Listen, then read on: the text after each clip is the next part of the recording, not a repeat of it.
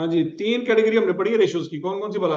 Liquidity, turnover या efficiency ratio या working capital ratio और प्रॉफिटेबिलिटी रेशो। ये 3 कैटेगरी हम पढ़ चुके हैं। इनके कितने फार्मूले बनते हैं?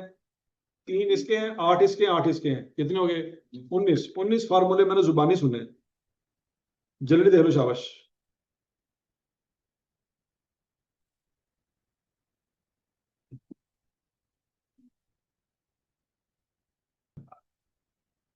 ठीक है, बैठ गए। अच्छा जी बच्चों, आज हमारी रहेगी चौथी category, long term liquidity ratio. बेटा शुरू शुरू में हमने लिक्विडिटी रेशो पढ़ी थी। ये रेशो का मकसद ये है कि अगर कोई बंदा महीने में पैसे मांगने आ जाए तो आपकी इज्जत बच जाएगी कि नहीं बचेगी। ये liquidity ratio. Long term liquidity ratio ये है कि कोई बंदा 5 साल बाद आ जाए, मतलब बैंक है, बैंक ने आपको कर्जा दिया है और बैंक ने 5 साल बाद पैसे लेने। लॉजिक समझ आई? तो लॉन्ग टर्म लिक्विडिटी रेशो, ये सिर्फ 2 रेशो है। कौन कौन सी? गियरिंग रेशो और इंटरेस्ट कवर। और समझ लगी बात की?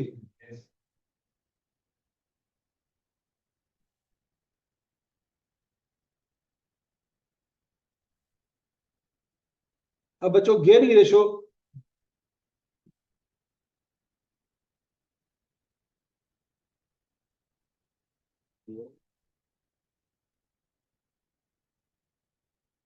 को हम देखते हैं।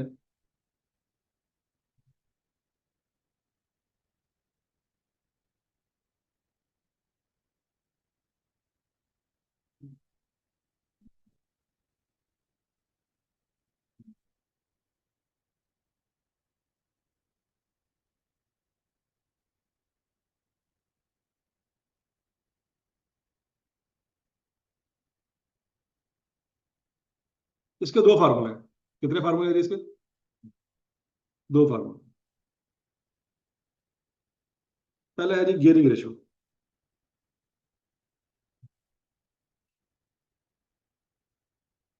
गियरिंग रेशो का पहला फार्मूला है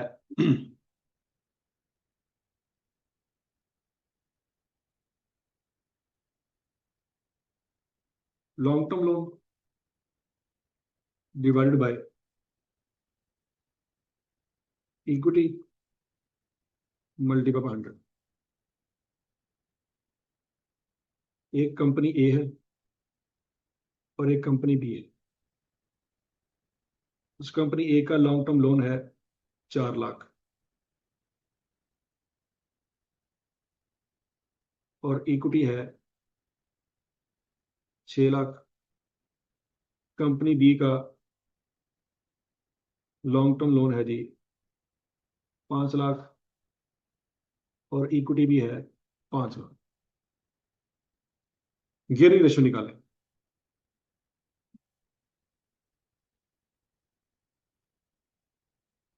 ए और बी की गियरिंग रेशो निकालें।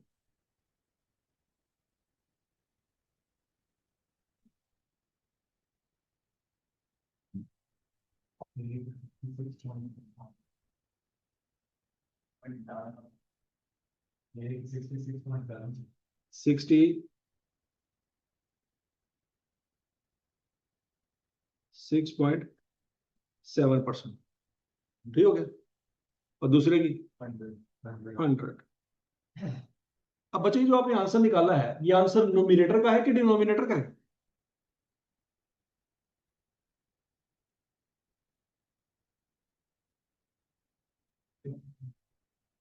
आवाज नहीं आई। जब आप करंट रेशो निकालते हो तो फार्मूला क्या होता है? Current asset divided by current liability. अगर किसी कंपनी का करंट एसेट 4 लाख है और करंट लायबिलिटी 1 लाख है तो आंसर क्या आता है? 4। तो ये 4 नोमिनेटर की वैल्यू है कि डिनोमिनेटर की? आवाज नहीं आई। इसी तरह से ये जो आंसर आया है ये किसकी वैल्यू है? लाख लानत तेरे दे। फिर सोच लो, ये अगर आंसर नोमिनेटर का है तो ये आंसर भी बेसिकली किसका है? नोमिनेटर। डिनोमिनेटर की वैल्यू क्या होगी यहां पे? 1। तो यहां पे जो डिनोमिनेटर की वैल्यू होगी वो होगी 100%, क्योंकि परसेंटेज में लिया ना, इसमें लिया, तो नीचे फिर 1 नहीं आएगा, नीचे फिर क्या आएगा 100। और यहां पे भी बच्चों ये 100 ऊपर वाली वैल्यू क्या है, अगर आप गौर से देखें तो नीचे वाली वैल्यू भी 100% ही बनती है फिर, क्यों भला, ऊपर और नीचे वैल्यू सेम है, नहीं समझ आ रही बात। तो इसका मतलब ये हुआ बच्चों कि कंपनी ए में अगर 100 रुपया इक्विटी है तो 66 रुपये लोन है। क्या ये बात हजम होती कि नहीं हजम हुई? कंपनी ए में अगर 100 रुपया इक्विटी है तो 66 रुपये क्या है, और कंपनी बी में क्या है, 100 रुपया अगर इक्विटी है तो 100 रुपये का ही लोन। तो ये क्या ये बात हजम हो रही है कि नहीं हो रही? और गूंगे हो, बोलो तो सही। तो बताओ कौन सी कंपनी बेहतर है, ए के बी? क्यों? उसके पास लोन कम है। ये दोनों कंपनियां अगर जाएं किसी बैंक में कर्जा मांगने के लिए तो किस कंपनी को बैंक कर्जा दे देगा? ए को देगा, बी को नहीं देगा। बी को कहेगा भाईजान तेरे को अपने जिन्हें तुम पैसे लाए ने उन्हें तुम कर्जा लैके बैठे तो तुम असं मजीद कर्जा देंगे,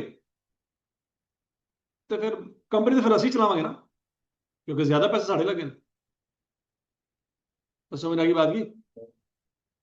अच्छा, ये क्लियर है बच्चों? अगर 100 रुपए का इक्विटी है तो 66 रुपए का लोन है। अच्छा, गियरिंग रेशियो का एक और फार्मूला भी होता है।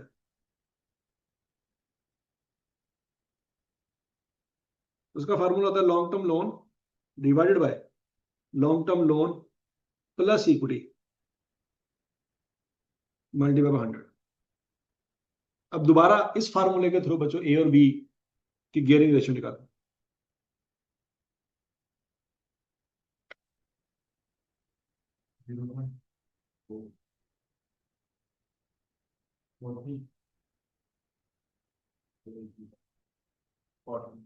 फोर्टी परसेंट, ये 40% किसकी वैल्यू है बच्चों?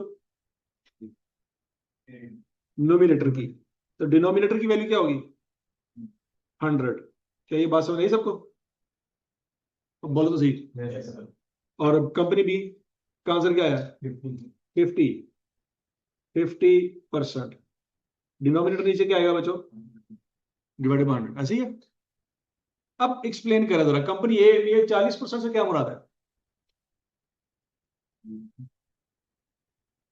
40% क्या है? दो बेटे यार तेरे तो खुद long term loan working capital को कहते हैं।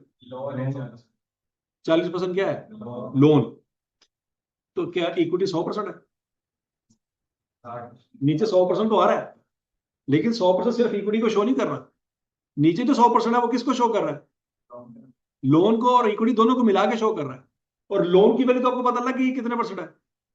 तो इसका मतलब फिर इक्विटी की वैल्यू क्या होगी बच्चों? अगर ये 40 है तो ये भी फिर क्या है 40, तो फिर इक्विटी क्या होगी 60। क्या ये कौन सा कोई समझ रहा है? तो बोलो तो सही। तो हम कहेंगे कि अगर लोन 40 है तो इक्विटी 60 है। शुद्ध। और ये कंपनी बी में 50% किसको शो कर रहा है? लोन को। तो इक्विटी, इक्विटी 100% नहीं है, इक्विटी भी 50% होगी। सोचो जरा बच्चों, अगर मैं इस रेशियो को सिंपलीफाई करूं तो ये आंसर निकल सकता है।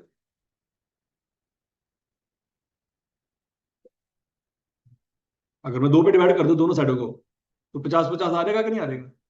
इसी तरह से बच्चों अगर मैं इसको सॉल्व करूं या सिंपलीफाई करूं तो ये आंसर आ जाएगा। सोचो जरा।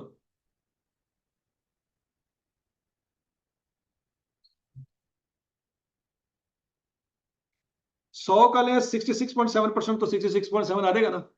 इसी तरह से बच्चों 60 का लें 66.7% करके देखो जरा।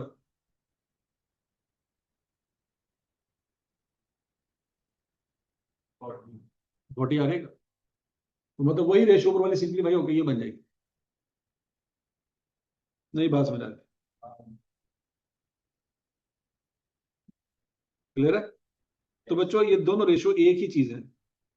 आपने बचपन में पढ़ा होगा कि सिंपलीफाई 20:50 किया था कि नहीं किया था? तो करते होते थे ना बचपन में, पहले 5 पे डिवाइड किया तो यहाँ पे क्या बचेगा 4, यहाँ पे क्या बचेगा, फिर 2 पे डिवाइड किया यहाँ पे क्या बचेगा, तो सिंप्लीफाई करके यहां से यहाँ पे पहुंच गए। लेकिन इसका जो आंसर है वो इसके बराबर ही होगा, ऐसी है ना। इसका हरगिज मतलब ये नहीं है कि उससे आंसर निकालेंगे तो कुछ और आएगा, ऊपर वाले से निकालेंगे तो कुछ और आएगा। ये दोनों सेम ही चीजें हैं। तो समझ रही बात की। तो बच्चों हम ये कह सकते हैं कि अगर किसी कंपनी के पास 100 रुपए इक्विटी हो तो लोन कितना होगा। और इसी बात को एक और एंगल से भी कह सकते हैं कि अगर किसी कंपनी के पास 60 रुपए की इक्विटी होगी तो लोन कितना होगा। ये एक ही बात है। क्या इन दोनों बातों में कोई फर्क समझ आ रहा है। क्या फर्क है। कोई फर्क नहीं। समझ रही है। मतलब ये है कि अगर हम ये कह सकते हैं कि तुम्हारे पास अगर 10 मरले का प्लाट है तो मेरे पास 5 मरले का प्लाट है। इसका मतलब ये है कि अगर तुम्हारे पास 2 मरले का प्लाट होता तो मुझे 1 मरला तो मिल ही जाता ना। तो इन दोनों बातों का एक ही मतलब है कि दो डिफरेंट मतलब है। एक ही मतलब है। ठीक है। तो ऊपर वाली बात से जो मतलब किसी बंदे को समझ आएगा नीचे वाली बात से भी वही मतलब समझ आएगा, डिफरेंट चीजें नहीं है। क्लियर। सर इस फार्मूले से 60 वाली अमाउंट पहले निकलेगी 40 वाली पहले निकलेगी। डेफिनेटली पहले 40 वाली निकलेगी। अच्छा इसका क्या मतलब है। तो इसका क्या मतलब है। एक ही मतलब। क्या फर्क है। एक ही मतलब। ये पॉइंट समझ आया सबको। तो बोलो तो सही। Yes sir. बस याद रखना बच्चों ऊपर वाले फार्मूले का जो आंसर है वो 100 से ऊपर होगा तो डेंजरस है। अगर आपका आंसर आया 66 इसका मतलब मजीद कर्जा मिल सकता है। लेकिन अगर आपका आंसर आ गया 100 इसका मतलब क्या है, मजीद कर्जा नहीं मिल सकता। लेकिन नीचे वाले फार्मूले में आपका आंसर 50 आ गया तो डेंजरस है। क्या मतलब है कि 50 के ऊपर अगर आपका आंसर आ गया तो कर्जा नहीं मिल सकता। ऊपर वाले आंसर में कहां तक का थ्रेश होल्ड है 100 का, 50 का नहीं है, क्योंकि 66 पे तो ये खड़ा है। ये 66 पे खड़ा होने के बावजूद मजीद कर्जा ले सकता है कि नहीं ले सकता। लेकिन नीचे वो 50 पे खड़ा है, वो 50 पे होने के बावजूद मजीद कर्जा नहीं ले सकता। ये पॉइंट समझ आया। तो पहले फार्मूले के मुताबिक अगर आंसर आपका 100 आ गया तो इसका मतलब है ये हाईली गियर्ड कंपनी है। कौन सी है। अगर आपका आंसर 100 आ गया, हाईली गियर्ड का मतलब है हाईली रिस्की कंपनी है, कि जितना इसके मालिकों का अपना पैसा लगा उतना ही बैंक का लगा हुआ। और नीचे वाले फार्मूले में अगर आपका आंसर 50 आ गया तो उसका मतलब होगा हाईली गियर्ड।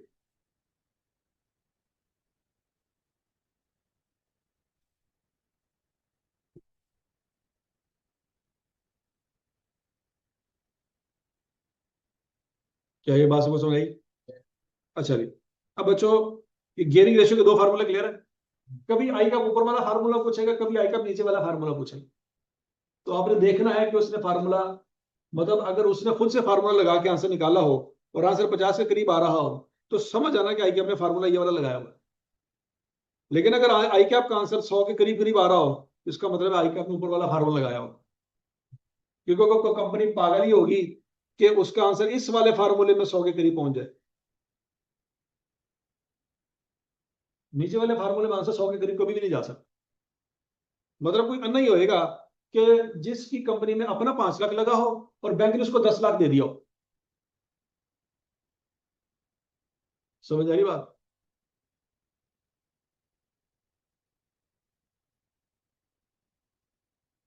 अच्छा जी उसके बाद है जी इंटरेस्ट कवर।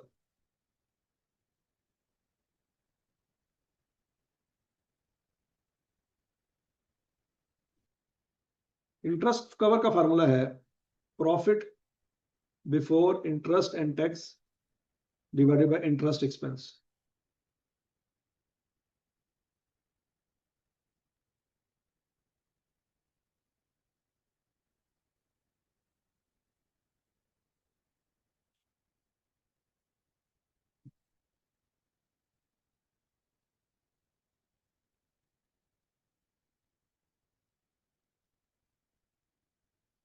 हाँ जी, दोनों कंपनियों का इंटरेस्ट कवर निकालें।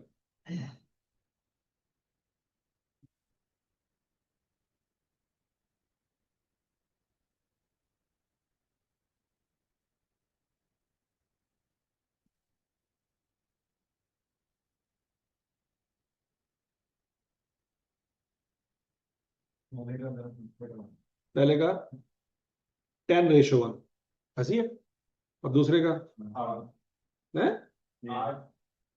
8:1। इसका बच्चों मतलब ये है, अच्छा यहाँ पे अगर मैं 20 लिखूं तो फिर आंसर क्या आएगा? 4:1। इस 10:1 को एक्सप्लेन कर सकते हैं? करें जरा।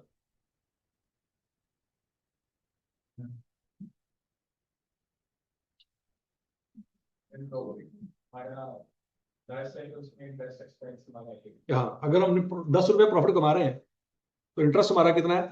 1 रुपए। और कंपनी बी में अगर 4 रुपए प्रॉफिट कमा रहे हैं तो इंटरेस्ट कितना है? मुझे बताओ किस कंपनी को बैंक कर्जा देगा? क्यों? मतलब उसके इंटरेस्ट से 10 गुना ज्यादा वो प्रॉफिट कमा रहा है, और कंपनी बी इंटरेस्ट से 4 गुना ज्यादा पैसा। तो कंपनी ए आराम से इंटरेस्ट दे सकती है, कंपनी बी को इंटरेस्ट पे करने में मुश्किल होगी। क्या ये पॉइंट सबको समझ आया? तो किसी बैंक ने किसी कंपनी को कर्जा देना है तो 2 रेशो देखेगा वो। कितनी रेशो देखेगा? 2 रेशो। कौन कौन सी? गियरिंग रेशो, और अगर गियरिंग रेशो कम है, मतलब जैसे यहाँ पे आया है 40-60, तो बैंक को लगेगा यार ये मजीद कर्जा ले सकते, और साथ उसने इंटरेस्ट कवर भी देखना है। इंटरेस्ट कवर कितना है जी? 10:1। मतलब अगर 1 रुपया सूद है तो 10 रुपए वो कमा रहा है, तो 10 में से 1 रुपया देने में कोई मसला नहीं होगा। तो ये कंपनी ए सिक्योर है लोन के पॉइंट ऑफ व्यू से, और कंपनी बी जितना इक्विटी है उतना ही लोन है, और उसके प्रॉफिट का अगर 4 हिस्से करे तो 1 हिस्सा सूद में जा रहा है। सदलफाज में 25% सूद में जा रहा है। तो इसको सूद पे करने में मुश्किल पेश आ सकती है, या किसी वक्त भी डिफॉल्ट कर सकती है। बाकी खर्चे भी दूसरे निकालने हैं ना, सिर्फ सूद ही 25%।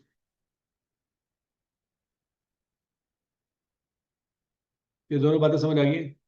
इंटरेस्ट कवर क्लियर है? चलो बच्चों, मैंने आपको एक सवाल दिया था, अगर आपको याद हो, बूम लिमिटेड याद है? वो बूम लिमिटेड सवाल आज घर जाके कंप्लीट करना है, आप कर लोगे? चलो शाबाश।